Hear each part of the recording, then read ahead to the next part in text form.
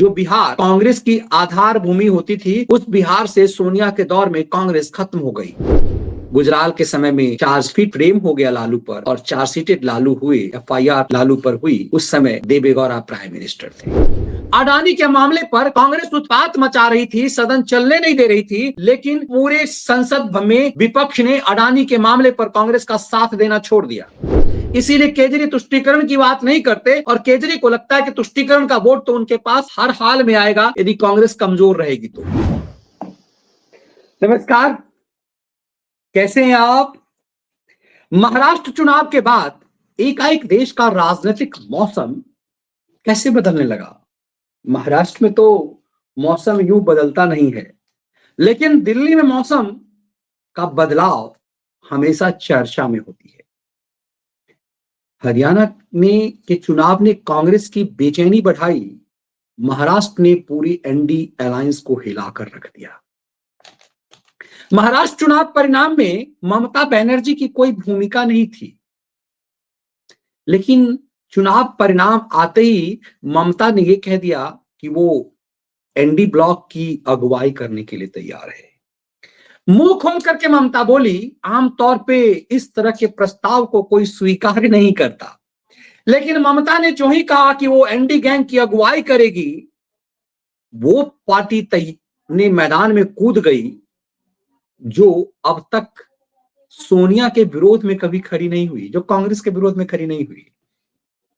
Samajwadi party हो, शरद पवार की party हो या फिर उद्धव ठाकरे की पार्टी हो, ये इनकी बुनियाद कांग्रेस विरोध की रही है। वैसे तमाम क्षेत्रीय छत्रप कांग्रेस के जमीन पर ही खड़ी हुई है, लेकिन लालू प्रसाद यादव की पार्टी आरजेडी, जिसको ऑक्सीजन ही सोनिया गांधी ने दिया, लालू के जंगल राज को संरक्षण भी सोनिया गांधी ने दिया। सोनिया ने बिहार से कांग्रेस की जमीन खोद करके नोच करके फेंक दिया। जो बिहार कांग्रेस की आधार भूमि होती थी, उस बिहार से सोनिया के दौर में कांग्रेस खत्म हो गई। लालू को संरक्षण, लालू के जंगल राज में, लालू के चारा घोटाला में, लालू को जेल जाने से बचाने में सोनिया की बड़ी भूमिका रही। ऐसे माना जाता है कि सोनिया इस मामले में खिलंदर रही है। लेकिन आप यदि गौर करेंगे तो मुलायम सिंह यादव को भले ही सोनिया गांधी ने तबाह करने की कोशिश की, मुलायम सिंह यादव पर भले ही सोनिया गांधी ने अपने एक कार्यकर्ता के माध्यम से सुप्रीम कोर्ट में आय से अधिक संपत्ति का मामला सीबीआई में कंप्लेन करके डलवाया, लेकिन लालू यादव के खिलाफ कभी नहीं रही।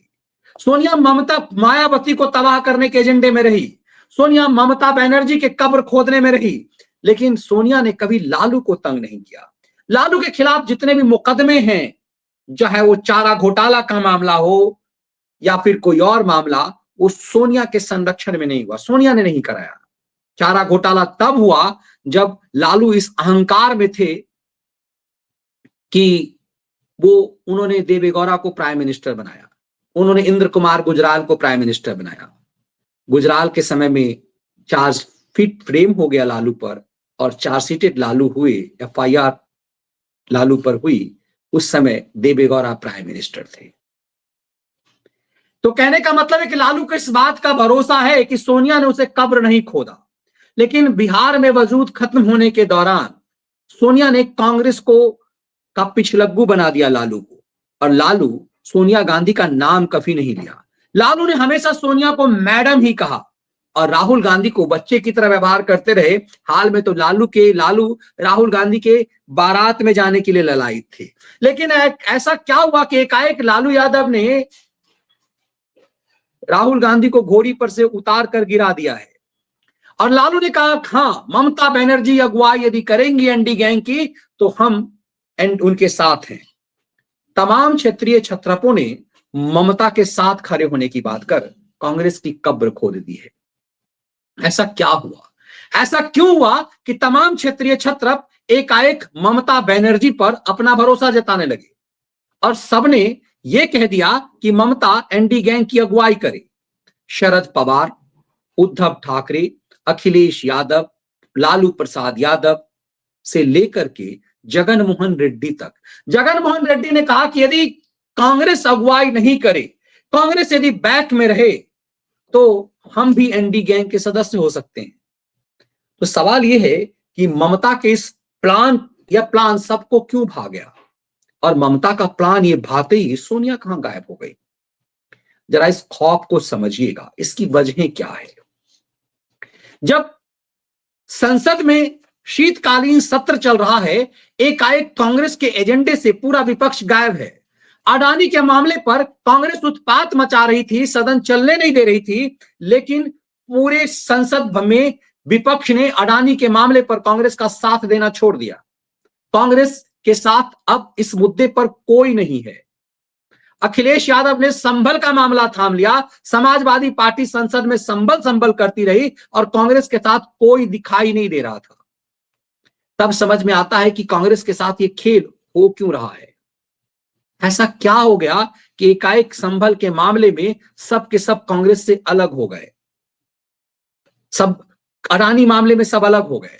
दरअसल हर राज्य को में सत्ता चाहिए। लोकसभा चुनाव एनडीए अलायंस का लोकसभा के रूप में था, अब लोकसभा चुनाव खत्म हो गया है, अब राज्यों का विधानसभा है। दिल्ली विधानसभा चुनाव है सबसे सामने।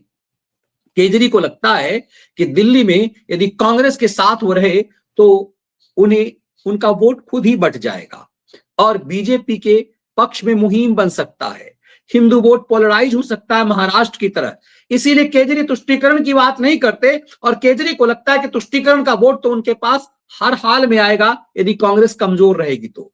इसीलिए केजरी ने दिल्ली चुनाव में अपने आप को अलग कर लिया। आगे बिहार का चुनाव है। बिहार के चुनाव में कांग्रेस को छोड़ेगी नहीं आरजेडी, लेकिन कांग्रेस के साथ बड़ा सौदा करेगी, कांग्रेस को घुटने के बल रखेगी और यदि कांग्रेस ने ज्यादा डिमांड किया तो कांग्रेस को साइड कर देगी। सबसे हम ये है कि तमाम क्षेत्रीय छत्रपों ने लपका क्यों है ममता बनर्जी को, उसकी वजह है ममता बनर्जी को से किसी को भी कोई भय नहीं है। ममता बनर्जी बंगाल तक सीमित है, इसीलिए ममता से न अखिलेश को भय है, न लालू को भय है, न केजरी को भय है, न शरद पवार को, न उद्धव ठाकरे को। ममता किसी के घर में घुस करके उसका वोट नहीं हड़पेगी, लेकिन हर किसी को लगता है कि कांग्रेस के साथ गठबंधन करने से कांग्रेस उसका वोट खाएगी। दरअसल तमाम पॉलिटिकल पार्टियां जो खड़ी हैं वो कांग्रेस विरोध पे खड़ी है। सबसे पहले आप शरद पवार को देखिए। शरद पवार ने सोनिया के विदेशी मामला का विरोध करते ही पार्टी बनाया, तो एनसीपी का वजूद ही कांग्रेस के विरोध के नाम पर है। उद्धव ठाकरे के अब्बा जान तो लगातार ये कहते रहे कि हम दुकान बंद कर देंगे लेकिन कांग्रेस के साथ नहीं जाएंगे, और वो उद्धव ठाकरे कांग्रेस के साथ हैं। अखिलेश यादव के मौलाना मुलायम ने कांग्रेस के विरोध में ही पार्टी बनाई, और जितना टॉर्चर अखिलेश यादव के पिता को सोनिया गांधी के दौर में कांग्रेस ने किया उतना चेक एंड बैलेंस तो किसी ने नहीं किया। और अखिलेश के वोट पे कांग्रेस उत्तर प्रदेश में आज खड़ी है। दरअसल अखिलेश की पार्टी कांग्रेस की जमीन पर खड़ी है। तो हर पॉलिटिकल पार्टियों को यह लग रहा है कि आगे वाले समय में जो विधानसभा चुनाव है उसमें कांग्रेस उसका हिस्सा हड़पेगी, और दरअसल तुष्टीकरण का जो वोट है वही वोट अब कांग्रेस के पास रह गया है और कुछ पारंपरिक वोट, और तुष्टीकरण का वोट ही हर क्षेत्रीय छत्रपों का मूल वोट है। चाहे वो समाजवादी पार्टी हो, उत्तर प्रदेश में तुष्टीकरण के वोट का की मालिक वही बनी हुई है, बिहार में आरजेडी है और कांग्रेस के पास तुष्टीकरण का वोट ही है और कुछ बचा हुआ नहीं है। कमाल की बात है कि जिस कांग्रेस ने इस देश को हिंदू मुसलमान के नाम पर विभाजित किया वो मुस्लिम लीग बन गई इस देश में, और वो क्षेत्रीय छत्रपों के वोट को हड़पना चाहती है। यही वजह है कि क्षेत्रीय छत्रप ममता बनर्जी के पाले में समा रहे हैं और कांग्रेस को साइड कर रहे हैं। ममता बनर्जी को भी सूट कर रहा है कि वो सबसे बड़ी पार्टी बनकर के आ रही हैं, क्योंकि ममता एक नैरेटिव दे रही है कि उसने कांग्रेस को साइड किया इसीलिए वो ताकतवर हुई। जिस मोदी के दौर में तमाम क्षेत्रीय छत्रप कमजोर हो रहे हैं, एकमात्र ममता बनर्जी ही है कि बंगाल में अपना वजूद मजबूती से बनाए हुए है। वैसे इस दौर में बंगाल में भाजपा ने अपने आप को स्थापित किया है, मजबूत किया है, वो सीपीएम के खात्मे से हुआ है, वो कांग्रेस के समाप्त होने से हुआ है, और ममता बनर्जी वहां ताकतवर हुई। ममता ने तमाम क्षेत्रीय छत्रपों को यह मैसेज दे दिया कि कांग्रेस को जब तक साइड नहीं करोगे तब तक मजबूत नहीं होगे। इसीलिए ममता अब सबसे सीनियर मोस्ट है, शरद पवार का पॉलिटिकल करियर लगभग लगभग खत्म है। ऐसे में सभी नेताओं में ममता सीनियर मोस्ट है, इसीलिए ममता का नेतृत्व को स्वीकार करने में ना अखिलेश यादव को दिक्कत है, ना तेजस्वी यादव को, क्योंकि लालू को अब अगुवाई करनी नहीं, वो सजायाफ्ता अपराधी हैं, वो चुनाव नहीं लड़ सकते, वो कुछ नहीं कर सकते। तो बेटा उनके ममता के सामने में बउआ है। अखिलेश यादव की वही स्थिति है। शरद पवार का पॉलिटिकल करियर अब कमोबेश खत्म हो चुका हुआ है, तो उनकी बेटी अब चुनाव लड़े में अगुवाई करेगी। केजरीवाल को भी लगता है कि दिल्ली में ममता का कोई वजूद नहीं है, इसीलिए कांग्रेस को साइड करने के लिए ममता का नेतृत्व स्वीकार कर लिया जाए और देश को एक मैसेजिंग दिया जाए कि हाँ हम एंटी गैंग हैं। लेकिन देश को इस समझ में आ गया कि एंटी गैंग नामक कोई ऐसा संगठन है नहीं, ये अलायंस सिर्फ मौसमी है। इन सब के बीच ये समझना पड़ेगा कि जब लोकसभा चुनाव साथ साथ ये सब लड़े, कहां लड़े, कितना साथ लड़े, ये सब दिखता है कि एक बंगाल में तो कांग्रेस को धकिया करके ममता ने भगा दिया, तो एनडीए अलायंस नामक कोई चीज नहीं रही। जब भारत जोड़ो यात्रा निकाल रहे थे मणिपुर से महाराष्ट्र तक, मुंबई तक, तो राहुल गांधी को ममता बनर्जी ने खदेड़ करके भगाया। वो बिहार होते हुए आए, यूपी में अखिलेश ने साथ नहीं दिया, तो एनडीए अलायंस नामक कोई चीज रही नहीं। इसीलिए ममता को लगता है कि इस मामले में अगुवाई करे और तुष्टीकरण के वोट को मैसेज दे कि वही नेत्री है। दरअसल ममता को इससे फायदा यह है कि यदि वो एंटी गैंग की अगुवाई करेगी तो तुष्टीकरण के वोट में एक मैसेज जाएगा कि तुम्हें भटकना नहीं है, तुम्हें कांग्रेस में नहीं जाना, तुम्हें एनसीपी में नहीं जाना है। और बंगाल में तुष्टीकरण का वोट बहुत मजबूत आधार रखता हुआ है, तो यही मैसेज उत्तर प्रदेश में दिया जाना है। लेकिन अहम यह है कि हर राज्य के क्षेत्रीय छत्रपों को लगता है कि यदि उनकी सरकार आएगी तो राज्य में उसे अंबानी और अडानी चाहिए, और राहुल गांधी अपनी मूर्खता से अंबानी और अडानी से ही द्वेष किए हुए हैं। हर राज्य को विकास के लिए अडानी और अंबानी चाहिए, राहुल उसका विरोध कर रहे हैं। यही वजह है कि क्षेत्रीय छत्रप अडानी मामले में राहुल के साथ खड़े हुए नहीं दिखाई देते। और जब जॉर्ज सोरस का सच सामने आ गया कि कैसे सोनिया गांधी देश विरोधी एजेंडे में लिप्त थी, कैसे सोनिया गांधी जॉर्ज सोरस के साथ मिलकर के पैसे लेकर के भारत विरोधी एजेंडे में लिप्त थी, ये बात अब किस्सा गोई नहीं रह गया। ये बात पार्लियामेंट के अंदर अब भाजपा के सबसे बड़े नेता, भाजपा के राष्ट्रीय अध्यक्ष, मोदी सरकार के कैबिनेट मंत्री जगत प्रताप नड्डा ने संसद के अंदर कह दिया। मोदी सरकार के मंत्री संसद के अंदर प्रोटेस्ट करते हैं और उस प्रोटेस्ट में सोनिया गांधी के और सोरस की तस्वीर दिखाई जाती है। यह बता रहा है कि क्या सही में देश विरोधी एजेंडे में सोनिया गांधी शामिल थी। ये तमाम चीजें बता रही है कि कांग्रेस की मुश्किलें बहुत बढ़ रही है, इसीलिए सबके सब कांग्रेस से साइड लिए हुए हैं। और उस सबसे अहम 66 चुनाव राहुल गांधी की अगुवाई में लड़ा गया कांग्रेस द्वारा, उसमें 48 चुनाव में कांग्रेस पस्त हुई, हार गई है, तो ये मान लिया गया है कि वो फेल्योर है। दरअसल कांग्रेस भी अब एक नया प्रयोग कर रही है प्रियंका वाड्रा के रूप में। क्या प्रियंका वाड्रा चमक जाएगी? संसद में प्रियंका वाड्रा को बोलना था तो पूरा कांग्रेस ने ऐसा लगा कि मालकिन आ गई, मालकिन आ गई। तो कांग्रेस को लग रहा है कि अब राहुल गांधी फेल हो गया है, तो इसके लिए एक प्रयोग प्रियंका वाड्रा के रूप में करा जाए। प्रियंका वाड्रा के रूप में कांग्रेस ने जो प्रयोग करना शुरू किया वो भी क्षेत्रीय छत्रपों को लग रहा है, तो क्या अब विपक्ष की हैसियत इस कदर बदतर हो जाएगी कि एक नई नवेली सांसद की अगुवाई में वो नेतृत्व स्वीकार कर लेगी। इसीलिए ममता ने ये दांव चला और ये दांव चल गया। संसद में अडानी और अंबानी का विरोध में पूरा एनडी गैंग बैकफुट पे आ गया। लेकिन इस दौरान सबको ही समझ में आ रहा है कि सोनिया गांधी कहां गायब हो गई। इस पे चर्चा नहीं हो रही है। क्या सोनिया गांधी विदेश चली गई हैं? सोनिया गांधी क्या इटली चली गई हैं, लंदन चली गई हैं, भारत के बाहर हैं? ये इसलिए कि जब लोकसभा, जब 10 जनपद जो सोनिया का सरकारी निवास है, वहां जब संभल के पत्थरबाजों से प्रियंका वाड्रा और राहुल गांधी मिल रहे थे तो सोनिया गांधी की तस्वीर नहीं थी। सोनिया गांधी ने उस जगह भी साइन नहीं किया है जो जगदीप धनखड़ को लेकर के था। अब सोचिए कि जगदीप धनखड़ साहब के खिलाफ अविश्वास प्रस्ताव लेकर के कांग्रेस आई, विपक्ष का अविश्वास प्रस्ताव, उसमें सोनिया गांधी का साइन नहीं है। ये बताता है कि सोनिया, इसका मतलब या तो देश में नहीं है या सोनिया इससे घबरा रही है। आखिर जिस पे पूरे कांग्रेस ने साइन किया, सोनिया ने उस पर साइन नहीं किया।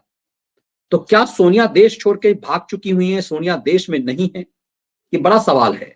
10 जनपद की तस्वीर आ रही है, एक नैरेटिव तुष्टीकरण के वोट को देना है। 10 जनपद सोनिया का सरकारी निवास है, वहां प्रियंका वाड्रा, राहुल गांधी तो हैं, लेकिन वहां सोनिया गांधी नहीं है। जगदीप धनखड़ को लेकर के जो अविश्वास प्रस्ताव है, उसमें एनडीए की जो सबसे प्रभावशाली नेता है वो सोनिया गांधी नहीं है। तो ये बताता है कि कुछ न कुछ दाल में काला है, और यही वजह है कि कांग्रेस की कब्र अब क्षेत्रीय छत्र खोदने की तैयारी में है। इन सब ने ये मान लिया है कि अब राहुल गांधी से कुछ नहीं होने वाला है, और ममता का नेतृत्व स्वीकार करने में उन्हें कोई अहित दिखाई नहीं देता। अडानी के साथ पंगा लेकर वो पॉलिटिकल पार्टी अपना वजूद खत्म नहीं करना चाहती। ये लग रहा है कि राहुल हवा में ऐसी तलवार चला रहे हैं जिस पर हजारों करोड़ रुपए भी खर्च हो जाएं, उन्हें नेता नहीं बनाया जा सकता। तो कांग्रेस ने इतना इन्वेस्ट करके जब राहुल गांधी को नेता नहीं बना पाई कांग्रेस, तो उसे एनडी अलायंस क्यों स्वीकार करे? यही वजह है कि एनडी अलायंस ने तय किया कि राहुल अब उसके नेता नहीं है, और ममता की अगुवाई में वो आगे बढ़ना चाहते हैं, क्योंकि ममता से उन्हें कोई घाटा दिखाई नहीं देता। लेकिन इस एनडी अलायंस का मतलब देश की जनता को समझ में आ रहा है कि ऐसा अलायंस मोदी का क्या कुछ बिगाड़ लेगी। ये बदला दौर है जो दिखा रहा है कि 2024 के लोकसभा चुनाव में जिन लोगों ने 99 को 240 से बड़ा साबित करने का अंकगणितीय फार्मूला दिया, वो फार्मूला ध्वस्त हो रहा है। भारत के खिलाफ तमाम साजिशें ध्वस्त हो रही है, और ममता एक नए नेतृत्व के लिए आगे बढ़ रही है। ये नेतृत्व विपक्ष को कितना मजबूत करेगा, ये देखना दिलचस्प होगा। वैसे डेमोक्रेसी में हमेशा विपक्ष का मजबूत होना महत्वपूर्ण है, लेकिन विपक्ष जब देश विरोधी हो जाए तो जनता को सब समझ में आने लगता है। आने वाले चुनाव में कांग्रेस के साथ कौन क्षेत्रीय छत्रप रहेगा, ये दिखाई नहीं दे रहा। तब शिवानंद तिवारी की वो बात याद आती है कि कांग्रेस विपक्ष सहयोगी दलों के पांव की जंजीर है, और शिवानंद तिवारी लालू प्रसाद यादव की पार्टी से ही हैं, जो लालू अब सबसे ज्यादा एग्रेसिव होकर उस राहुल गांधी के खिलाफ हैं जिसके खिलाफ, जिनकी मां के खिलाफ कम से कम लालू तो कभी नहीं गए। तो लालू का विरोध सोनिया को सबसे ज्यादा बेचैन कर रहा है। तो क्या सोनिया को लग रहा है कि अब इस देश में उनके बच्चों का कोई भविष्य नहीं है? इसीलिए हाईकोर्ट के आदेश से पहले उन्होंने अपनी दुकान का शटर गिरा लिया है। दिलचस्प ये है कि देखिए आगे आगे होता है क्या। ये वीडियो विश्लेषण आपको कैसा लगा, ये जरूर बताइएगा। अब सबसे आग्रह है कि वीडियो को लाइक और शेयर जरूर कीजिए। ज्वाइन बटन के साथ चैनल का मेंबर जरूर बनिए, और यदि आपने चैनल सब्सक्राइब नहीं किया है तो उसे सब्सक्राइब जरूर कर लीजिए। बहुत बहुत धन्यवाद। वंदे मातरम। इस विश्लेषण को फिर आप सबसे आग्रह है कि वीडियो को लाइक और शेयर जरूर कीजिए, और चैनल यदि आपने सब्सक्राइब नहीं किया तो इसे फिर से एक बार सब्सक्राइब कर लीजिए, क्योंकि नोटिफिकेशन आपको नहीं मिल रहा है। एक बार ज्वाइन बटन जरूर दबा लीजिए।